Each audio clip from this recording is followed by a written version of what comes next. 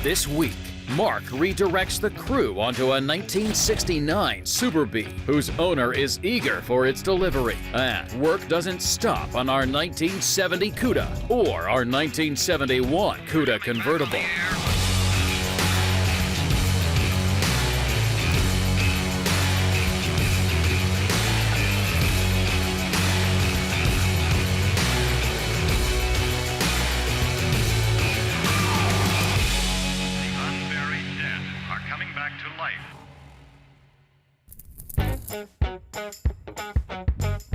So recently, our 1969 and a half Dodge Super Bee, A12 446 pack, 4-speed, 410 Dana F6 green, got its final paint job from our old friend Will. But I want to take time, because Alyssa's working the QC department now, I want to show her just things to look for. But it's just the little minute things that if you don't fix them now, or if they exist and you let it slip out, that's where you have problems at. There are things on the engine that are already on there that are unique just to that engine, just to that year. So it's just more reaffirming with her. I'm hoping that kind of passion might rub off on Alyssa as we spend more time working on the drivetrain.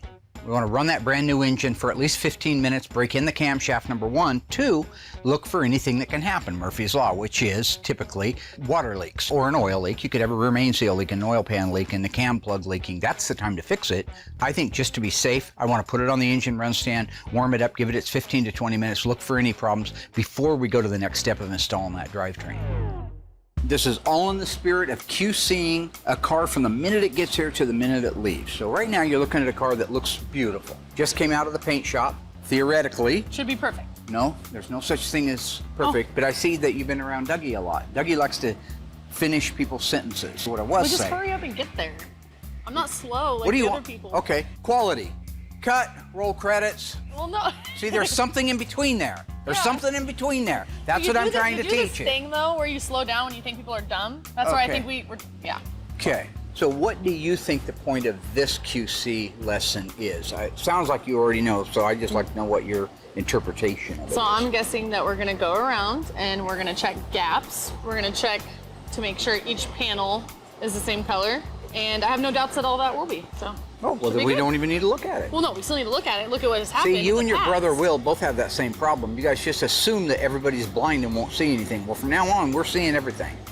Okay, Alyssa asked me to round up the 446 pack engine for a Super Bee. It took me a while to find it. It's been stored away for a while. She asked me to put it on the run stand, fire it up, make sure it's ready to go in the car. So let's crank her over a little bit and see if she's gonna fire it all.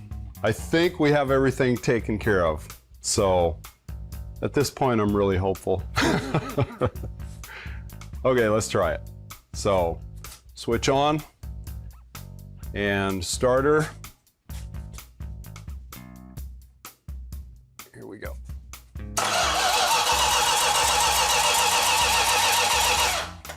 Okay, maybe just a little more fuel. All right.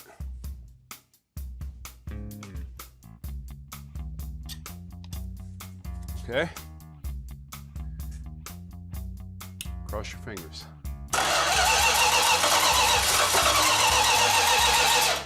Not yet. My personal management skills, I don't follow the rules. Edit this! I don't conform. So I can't say, why don't you come over here and look at my rooster? No, no, no. All right, you're not gonna take and, I'm a square peg, you're not gonna put me in a round hole, okay? I do things my way. Yes, I believe that it's easier to ask for forgiveness than it is to ask for permission. Now, you might disagree with that at home, that's fine. You do things your way. But I've also built a business to where it's at right now as a 9th grade dropout from Springfield, Oregon. So that's my management skill. Are there gonna be some bumps and bruises and some casualties along the way? Yeah, all right? Nobody ever said it was going to be easy. I believe it was AC/DC who said it's a long way to the top if you want to rock and roll.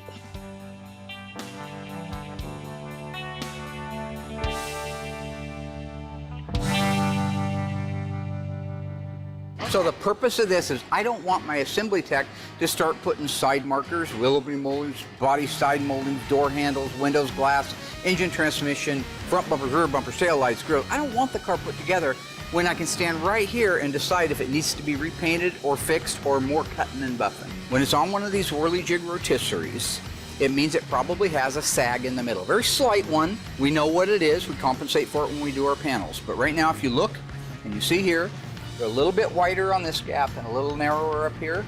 The same thing here. A little wider, a little narrower. When this car goes down onto its suspension, that opens back up and you'll have symmetrical gaps. You won't see it much on dark colored cars. You won't see it at all on a solid car. But your light blue metallics, your golds, your greens, your silvers, there's a phenomenon referred to as flop. Okay. What it means is, if Will painted this car in one sweeping motion, he walked all the way down the side, all the way back, all the way down, all the way back doing his coverage. Or if he sprayed this panel, he has to kick some of that paint onto this panel. So he makes that motion like that, and then he kicks some paint on there. Then he comes back, kicks some paint on there. Kicks some paint. Then, when he's painting this panel, it's the reverse. He starts way back here, focuses on it, kicks the paint. Sprays it that direction, starts focusing through here, kicks it back. Same thing on the quarter panel. When he starts to spray this quarter, he's down here, he makes a pass, kicks it onto that door, sprays it all the way up into here, and then focuses. Back down here, kick it out. That way this panel, and this panel have a consistent base coat all the way down the side. Whether it was a metallic or a solid color, it was still an enamel paint single stage. That was before clear coat came out. So if you look at an original factory, like a Plum Crazy that's a metallic color, you'll see what they call mottling, M-O-T-T, mottled. And it's where the metals have kind of flown together out of the pattern, and so it has almost a zebra stripe look. It's subtle, and they did a lot better job at it back in those days than we would do today if we had to be forced to spray a single stage metallic. Today we have the benefit of base coat, clear coat paint. So ours is a PPG paint system. When you spray that base coat on that F6 green car out there, it's as flat as a pancake. It is dull, there is no shine to it. It doesn't have the ability to withstand the sunshine. If you pulled that car outside in June, by July it'd be all off of the car. You have to top coat the base coat. So yeah, that's why our paint jobs tend to look about 1,000 times better than the factory ones. They're more consistent, they hold up better, and they have a better shine.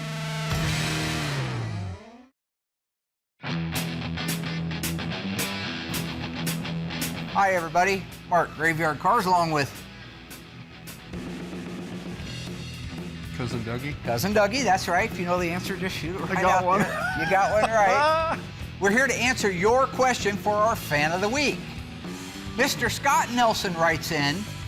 Sounds more like I'm being put up to this, but it's okay. We got nothing to hide here.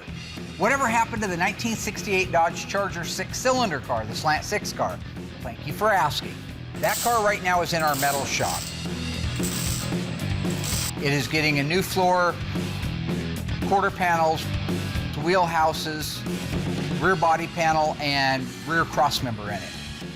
Then it'll go over to the mudroom, get smoothed out, and then over to assembly after Will's done painting it. The engine and the transmission, they're done and ready to be final assembled.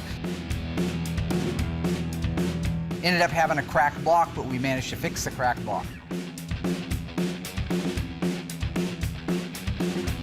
So there's your answer on what's happening with that car.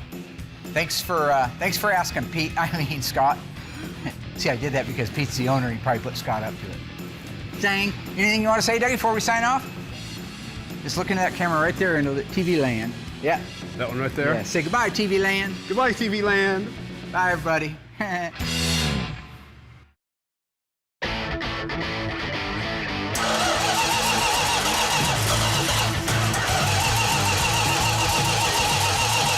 Nope. At one point, I was getting a little concerned because it was not firing at all. And it's like, why is it not firing? Everything's set up, everything's going. Had plenty of fuel. I know it had spark, but it wouldn't fire. First thing that happened is we found out we had two different size fuel lines, one from the engine to the remote fuel tank. So when we initially tried to start cranking the engine over, we had a nice fuel leak. So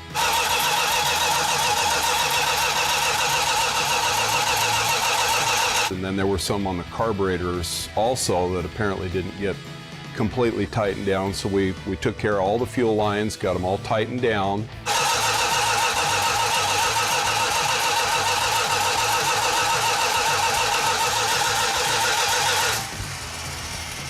Just kept cranking on it, and eventually it leaned out and fired right up and ran good. Come on, baby. Come on, baby. Come on, come on. Come on.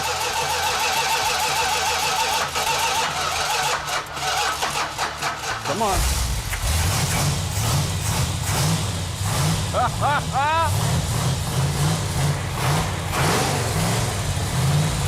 It feels really good to hear that engine run. Yeah, feels good. That engine sounds so good. 446 packs are an awesome engine.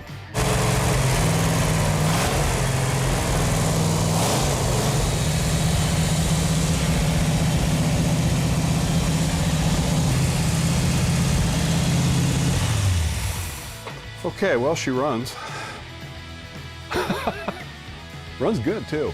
Well, to me, the coolest thing about the 446 pack engine is for Chrysler, this was the first time they used 3 two-barrels. General Motors had done it in their Corvettes. Ford had done it a little bit earlier, too, but this was the first time Chrysler had done it. And they used Nadelbrock aluminum intake in '69. Actually, some of those intakes were still used in '70 as a rolling change because they were supposed to go to a cast iron manifold made by Chrysler. But you'll see early cars, early 446 pack cars in '70 still had the aluminum intake, so there's a little trivia for you.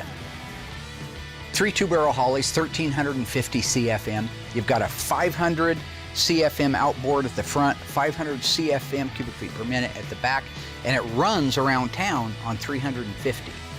So when you pull that throttle open and that vacuum drops and those secondaries pound open, 1,350 CFM. That's more than the 426 Hemi had with its dual 4s. It's like Niagara Falls under the hood. How is that not just cool?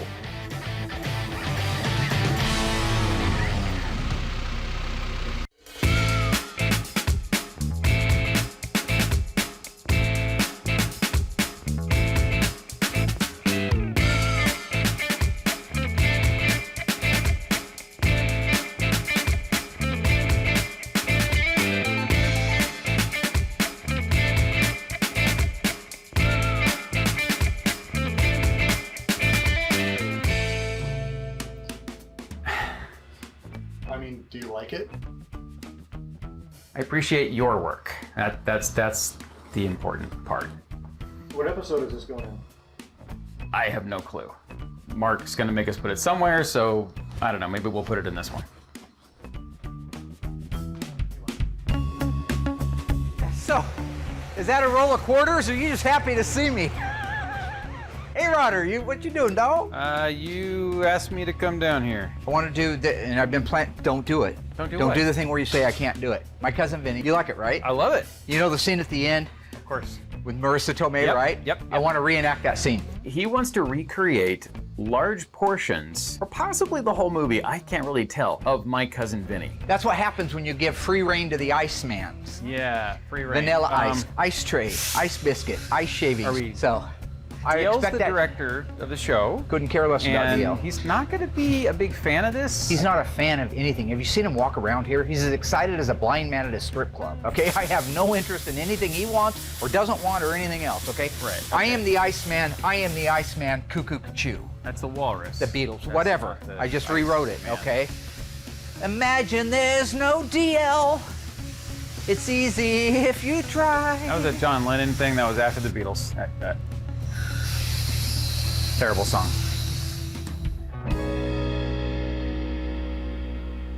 Right now I'm working with Alyssa on the fine points to look for on a completed paint job before it can go onto the lift and start being assembled. So you stand here and see if the door looks like any different shade than the quarter panel. No. The only thing that I see is because the light hits it, so it looks like it has a highlight across the top. That's really beautiful, but it looks even. Right. I mean, Stand straight on and look at it. okay, Does look. the door match the quarter? Yes. Okay. Take a look at your gaps here where your door, this may seem wide. I've seen these gaps all over the place. There may be a fine last minute adjustment once we put the hood on it. But this right now looks great. You'll see those bolts aren't painted and they're not completely tight yet.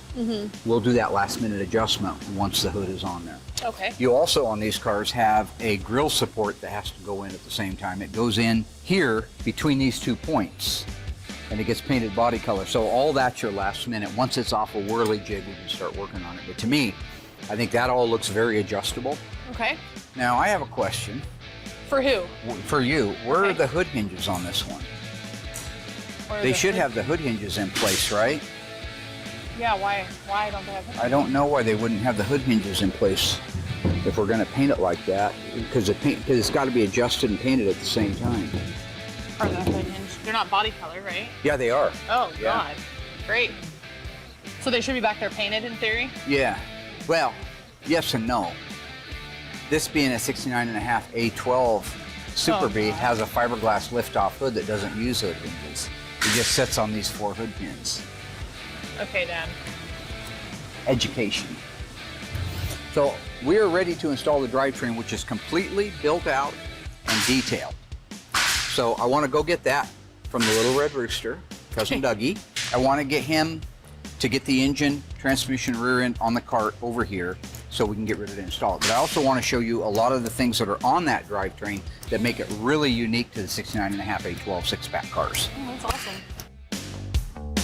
So while Alyssa and I are wrapping up the QC on the paint for the Super Bee, Doug, Cousin Dougie, Cousin Duct Tape I call him, is moving over the drivetrain. It's on an assembly cart already. He's going to get it moved around over here in front of the car. There's some unique things on it I want to point out to her before we round up the troops and install the drivetrain.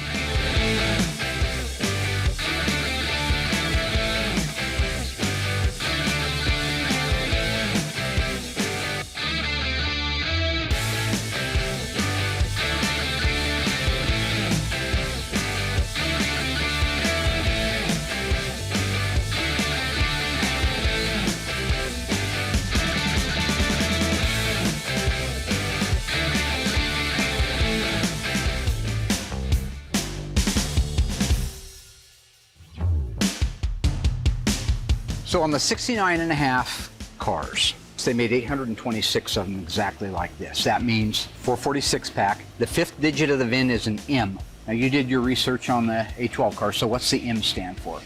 You did I forgot the research. that one. Oh, okay, you forgot that one. That's That one. modified, yeah. Special order 440. What else? Special package. No, that's not what the M means. It's more special. money. M for money. Not in this case. No. Tell me more about the A12. What else is So- included in an A12 car? It's a package. So it all comes down to the broadcast of the VIN sheet, right? So it's gonna have options on there that are different than the other car. And those options are, This is the part I've been waiting for. All the rest sounds like legal speak. What are you guaranteed with an A12 car that you wouldn't get with a regular Super Bee? 446 pack. 446 pack, that's right, that's right. That you get the big engine. And the brake horsepower rating on the 446 pack is? Does anybody even really know that? Well, I do, it's 390. Oh, Well, that's a good start, you did good. Now, what else is guaranteed part of the 69.5 A12 Super Bee package? the lift-off fiberglass hood. Yes, that's true. That makes it pretty cool. That's good, yes, absolutely. And what, probably a badass stripe of some kind. Yeah, badass stripe, right. Probably some pretty paint. Okay, Okay. you didn't do your research, did you? I did. Somehow I knew you wouldn't. Well, Why Dad. don't you do everybody a favor here? I don't see so well. Go ahead and read that You highlighted don't stuff right so there. well. You got glasses on. Go ahead and read that highlighted stuff. Why do you have those? You read Are that, those prescription? and I'm going to point to the pieces on the engine. So A12 69 engine conversion package 440. Engine conversion package 440. This is what this is. 3 2-barrel carb. 3 2-barrel carburetors right here, folks. In those trays. How many CFM on those 3 carburetors? 383. Yeah, Something like that. 1,350. 500 outboards, 350 center. See, that's what's wrong. See, my generation, we have Google. Yeah. I don't well, really have to That's keep it why all your up here. generation are idiots. Okay. Good talk. Hit me So, with something else. HD 11-inch drum brakes. Heavy duty 11-inch drum brakes right here, right here. A833. Is that how you say that? 833 Hemi 4-speed transmission. This is your VIN number here that tells you it's a real live numbers matching transmission. What is the vehicle identification number? The last 8 characters. 9A284123. That's the only one they put there. And what assembly plant is represented by the letter A? Amtrak? Michigan? Hamtramck. Yeah. No, but that was a good guess. What else? See? Oh, well, that's my only guess. No, Can I get the answer Because that's now? the only plant you can think of, right? Yeah. Okay. Lynch Road. Okay. All A12 cars were built at Lynch Road, so all A12 cars will have the A as the assembly plant. Okay.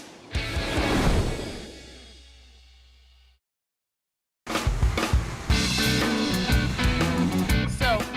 Okay, another thing to show you right here, take a look along here. So here's your fuel pump. This is a replica of the original fuel pump. So this pump, just like the rest of the engine, was painted orange. That's why it's orange. The fuel comes out of it through this line up into this hose, which is a KV hose. This is a replica of the original factory hose. Again, got it from our friends at OER. The correct clamps goes into this fuel vapor separator. So fuel goes in here, comes out the top, goes up this line and into these carburetors. This one here is a return line. It's a 1/4 inch and it goes all the way back to the fuel tank. And any fuel that it doesn't need coming out of this, it sends back to the tank. It's an early version of recycling. You see these numbers here? Yeah. That's the part number, that's the date code. This is a correct replica of the original fan belt from 1969. That's the kind of detail we go into here. That's crazy. Okay, you got the correct heater hoses. You'll notice the ribs on the top of it, just like the other one. That's how you know they're originals. Correct radiator hose, upper, with the part number on it. Boom, bada bing. 26-inch maximum cooling radiator. That will be mounted into the car. It's an 054 in case you're wondering, last 3 digits of the part number. Thank you. I was wondering. Non-gloss black fiberglass hood panel with functional air scoop. Out in the That's body cool. shop. It is one big air scoop. And it happens to go on this air cleaner right here, He's insane. which you'll only see this on the 69.5 A12 cars. So you can see the holes here for the carburetors. The studs come up through this. And the way that it works, there's a drain tube port here, Oh, okay. and a drain tube port here, and another one up here, and none up here. So this trough, when it fills with water on a rainy day, which it would, will drain instead of getting the filament wet. The hood is made of fiberglass and it has a huge opening in the front and a scoop. The bottom of it's cut out. So that scoop lets air go into it. This seals against the bottom of the hood. So all that cold air coming in comes right in here to this. Because cold air burns better than hot air. If you've ever been in a car that performs better in the morning than it does in the late afternoon on a summer's day, it's because the air is more dense and it's cooler. So, and these are the correct decals for it. You have your special instructions, which is 69.5 only special instructions. You should take a picture of that so you know what it looks like. And this is the do not wash your oil. Okay. Okay, what else you got? Oh my God. Talk to me, Moon Trisket. If you can remember some of that stuff, it'll be great down the road. Or keep this book in my back pocket, right? Yeah, but why would you want to do that when that's a problem with the kids today? You guys just want to Google something, you want to pick it up in a book. You get dropped behind enemy lines in Vietnam and they're going to blow your brains out First like of all, in Rambo. I'm not gonna get dropped in Vietnam. Because you don't know what the Ever. That's alphanumeric not code gonna is for a happen. thermoscussion clutch fan. Guess what? You're in Rambo 8. Okay, Dad.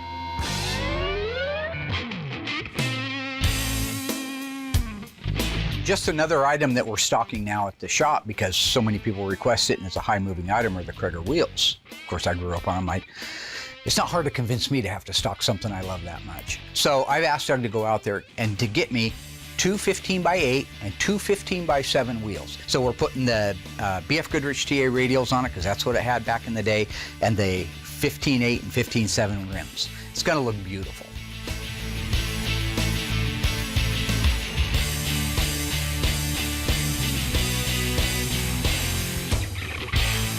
We have our second skin, which is a sound, heat, and vibration dampener. A lot of these cars, I mean, from the factory they didn't come with this type of stuff, but this customer elected to have this in the car, so, all right, so I'm just gonna go ahead and start laying this stuff in. I might go up here a little bit, not too far though. Get all the contours. So what I'll probably do is overlap these just slightly.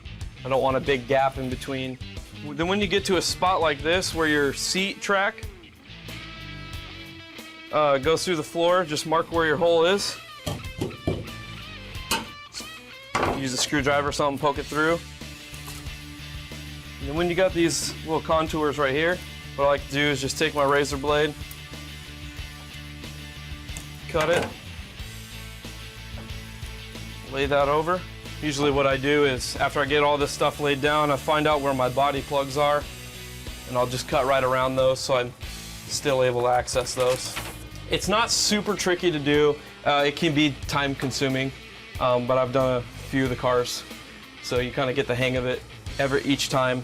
One thing that I do like about this stuff compared to some of the other brands out there is you don't got that super shiny, in-your-face logos on the front. The logo on this is ghosted in. It's super subtle, and it looks really cool.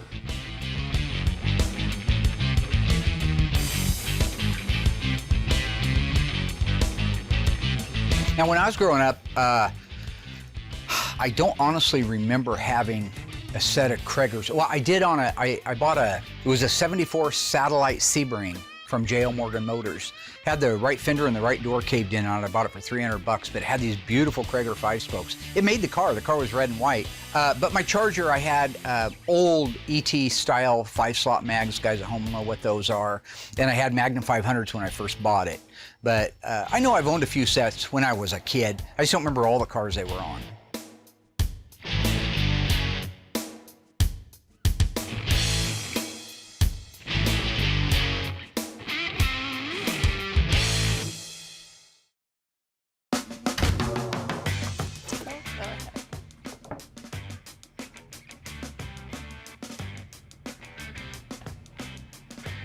Dude, what the f?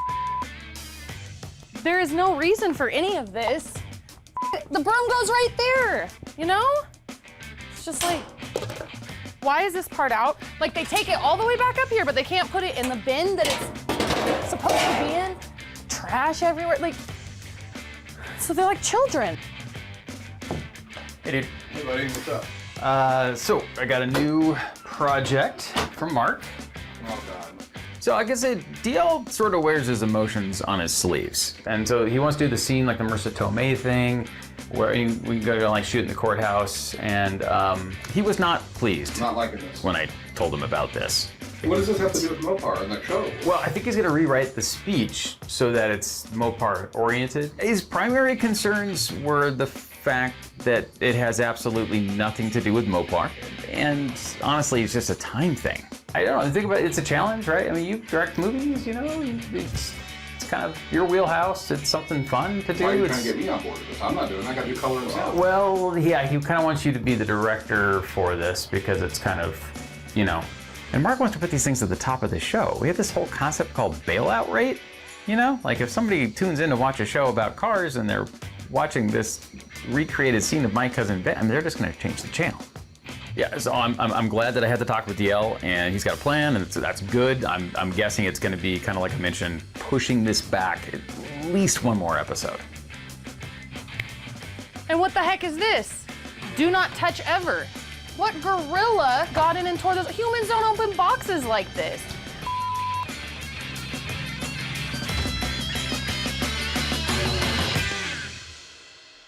Okay, ready to go.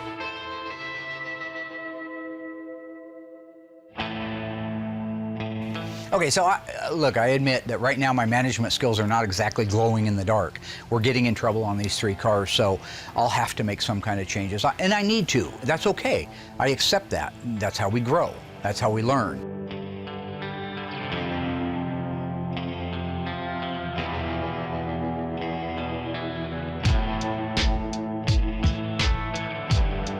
Tighten everything down? Yeah. All right, head on up.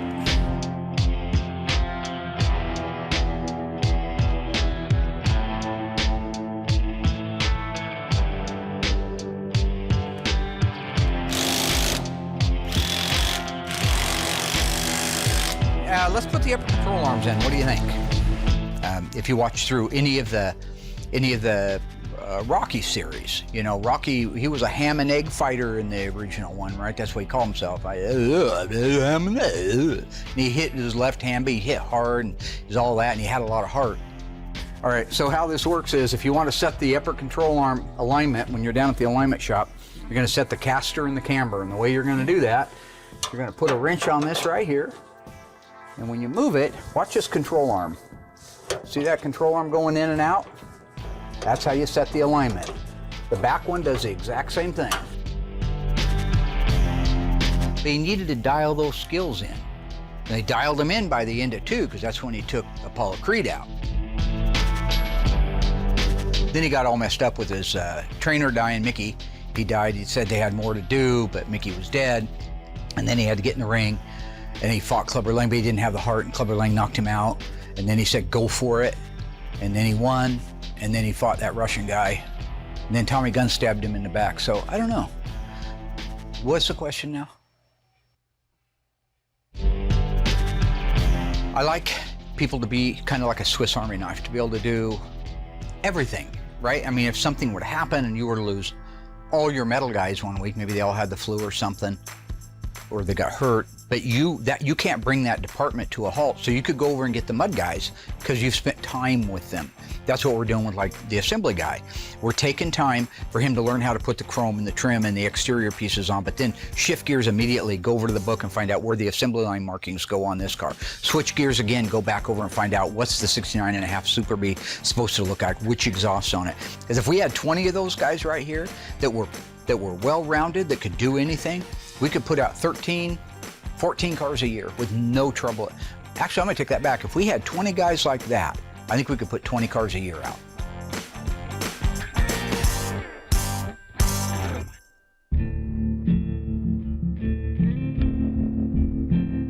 There's people a lot more organized than I am. They write things down when I should write them down. So I think I'm lacking in that area. It's never been something for me. I wasn't a study guy in school. I didn't like to study. I don't like to sit there and write out everything that I'm going to be doing for the next week. So I think that that exposes me to the situation we're in now, where not only are we way behind, but I don't even have good answers for people. I mean, I know what the answer is. We've got too much work and not enough employees. But how do you put that into words for a customer who's been waiting 2 or 3 years for a car?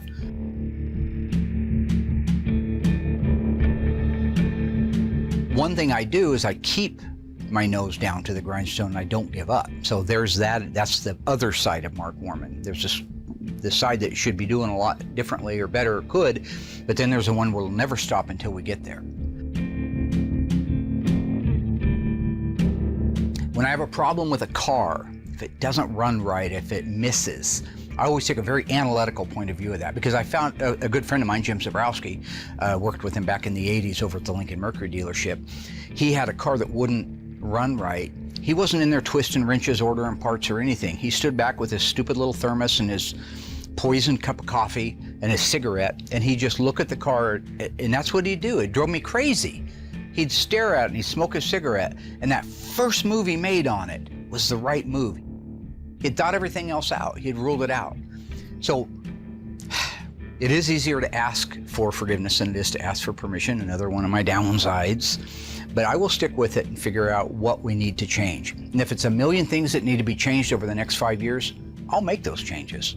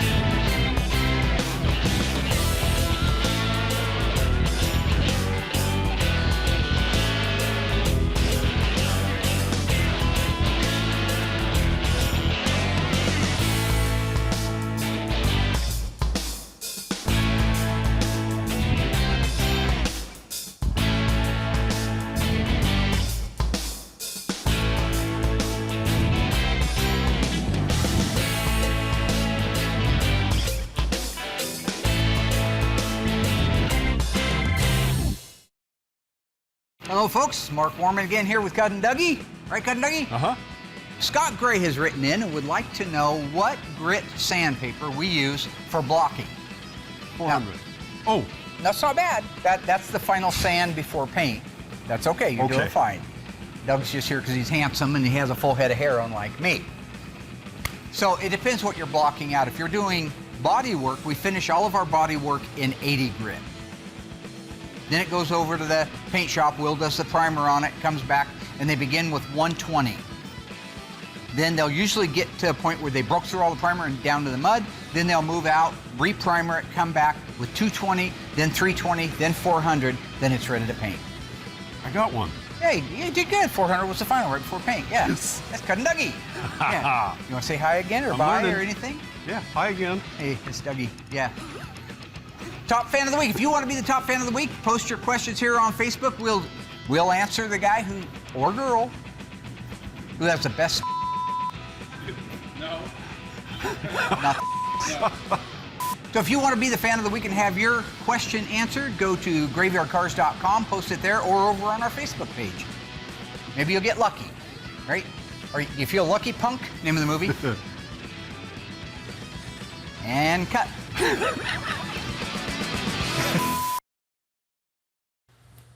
So if you would like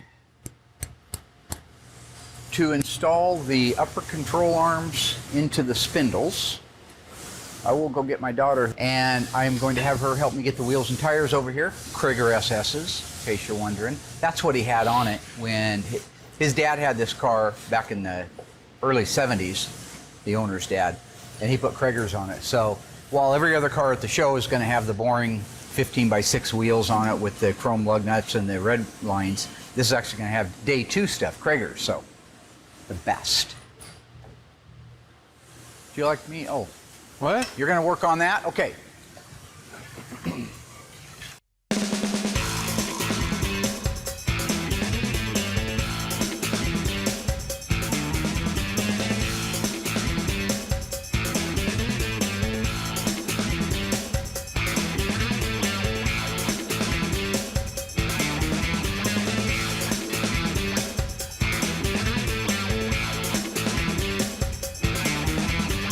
Okay, so we're ready to put these on. He's got to do the upper control arms in the front.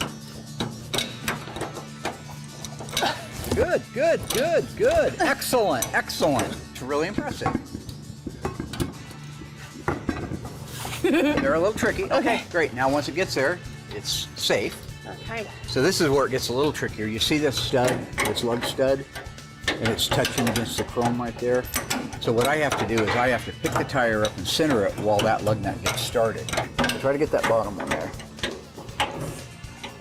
Doing on pretty easy so far. Yep, that's good.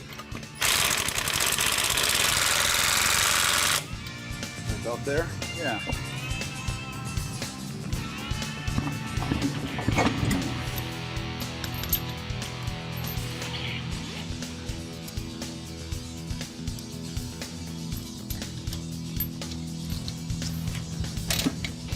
That's okay. Great. Okay. Wonderful.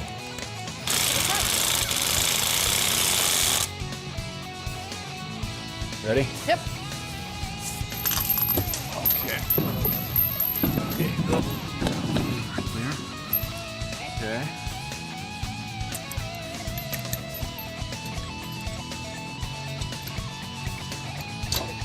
Repeat procedure, huh?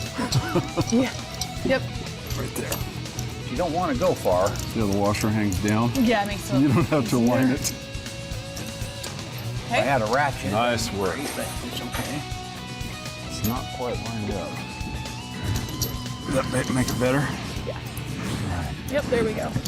So always one of my favorite parts of a build is installing the drivetrain because it becomes a car. It goes from an empty shell, no matter how pretty it is, to a real car with wheels and tires on it and it can roll. Now all of a sudden you say, wow, that's a car. So I'm very proud of the fact that we were able to pull together this week, get so many things done, but mostly without any damage or problems, install the drivetrain in our 69.5 Super Bee, because that guy back in New York that's been waiting so patiently for so long is going to just be thrilled when I roll that thing forward, take pictures of it sitting there on those Krieger wheels with the BF Goodriches, all setting at ride height. It's going to make his day. And if it makes his day, it makes my day. Look at that looking beautiful. Wow. Look at that. So what are we doing? Looking at how cool this is? Yeah, let's get those pods up underneath it and roll that thing forward so we can get a gander at it. That looks wicked. I like it. Good job, guys. That's nice work.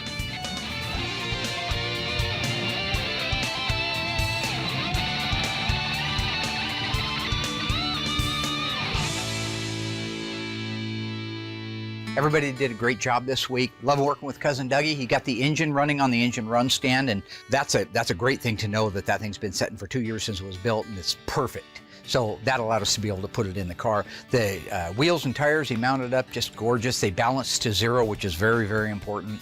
Justin did really well on the Tribute Cuda. He got the sound deadener pads on the floor of it. I almost recommend that anymore to anything, especially a Tribute car, because it's not gonna hurt the value of it, and at the same time, it really makes it a better ride. So that looks great.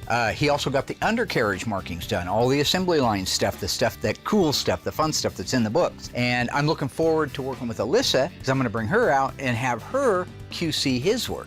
Let her try the old management hat on. Also, Justin got the exterior trim and ornamentation done on our 71 Cuda convertible. That thing's starting to look beautiful. And the proudest moment for me is the fact that I was able to spend time with Alyssa, recognize that she was more passionate this time and more inquisitive this time than she's been in the past. She learned all about how a 446 pack works and what pieces make it unique.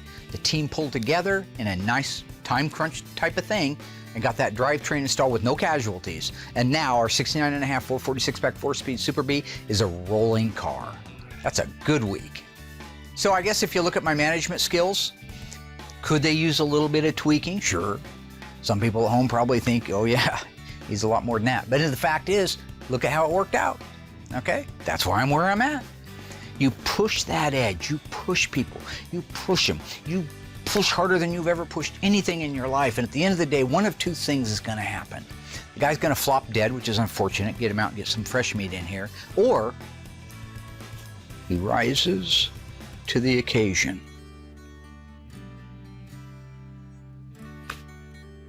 So, words of wisdom.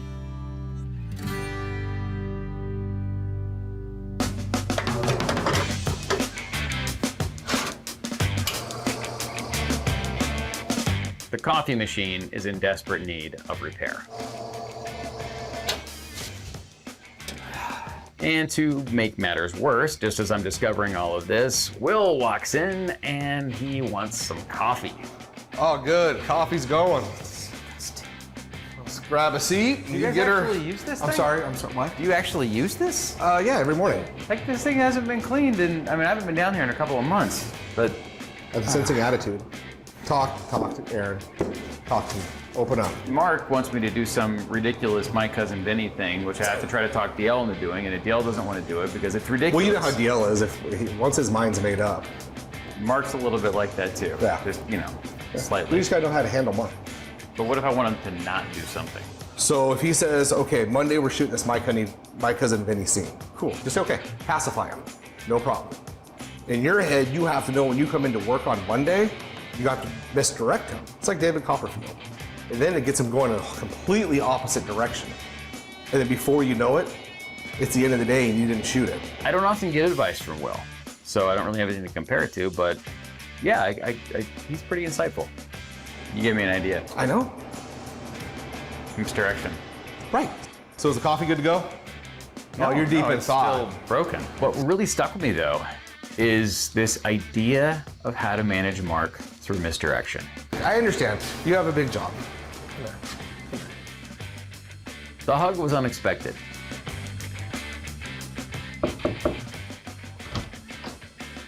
Hey, I have a new project for you.